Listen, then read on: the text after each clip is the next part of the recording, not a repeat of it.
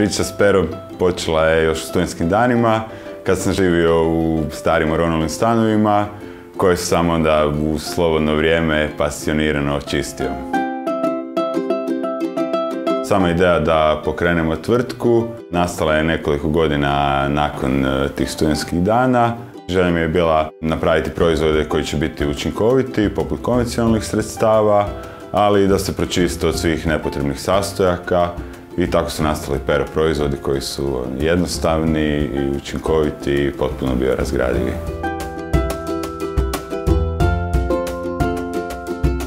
Mi smo krenuli prvo raditi ekološka sredstva za čišćenje koja su spremni za uporabu, znači gotovi u boci, sve što je potrebno je početi špricati i čistiti.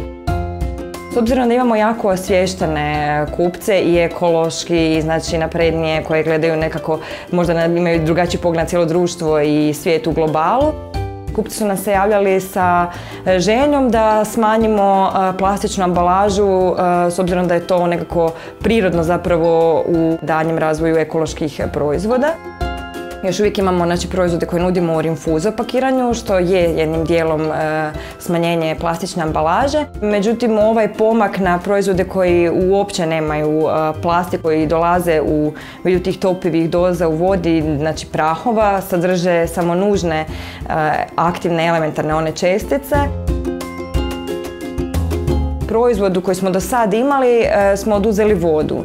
I od takvih prahova, znači, mi smo dalje dodavali od eteričnih ulja do slično da bi dobili na nekakvu ekskluzivnosti mirisa i zadržali prirodnost mirisa i tu neku ugodnu komponentu čišćenja, a omogućili smo im da ih riješimo te plastične nepotrebne ambalaže.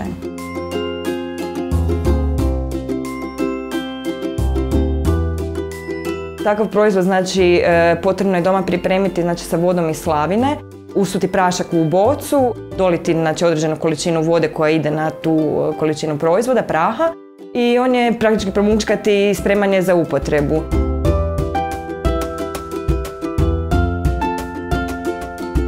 Takav proizvod je oslobodio općenito jednu cijelu kategoriju higijenskih potrepština i sredstava za čišćenje plastične ambalaže.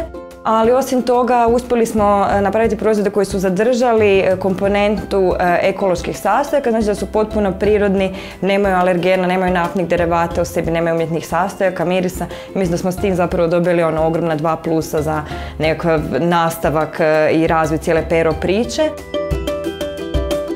Budućnost pera i dalje vidim, znači, u razvoju inovacija, u razvoju proizvoda za čišćenje, osnovnu higijenu koji će biti što jednostavniji, što učinkovitiji. Tako je zapravo i nastala onda ideja za ovaj Pero Zero projekt. Mislim da se naročito u ovoj krizi posebno naglasila ta komponenta da kad smo doma da nam mora biti ugodno i da bi cilj pere trebao biti to da uistinu doma kad smo postane nam ugodno i održavati da je dom čistim, da ne gledamo više na mrlje na isti način kao što smo gledali. Znači, ja sjećam svoje mame, ona je ludila oko svake mrlje koju bi mi doma napravili kad bi nešto palo ili slično. Mislim da to jednostavno treba gledati kao na nekakve životne radosti, ajmo reći, jer ništa nije problem za ukloniti i pritom se ne truju ljudi kad to čiste, ne truju se, znači, ukućani, ljubimci. Znači, to su potpuno sigurni proizvodi koje, mislim da svako može koristiti i nema razloga da oko toga nastaje nekakav nervoza kad se dese mrlje.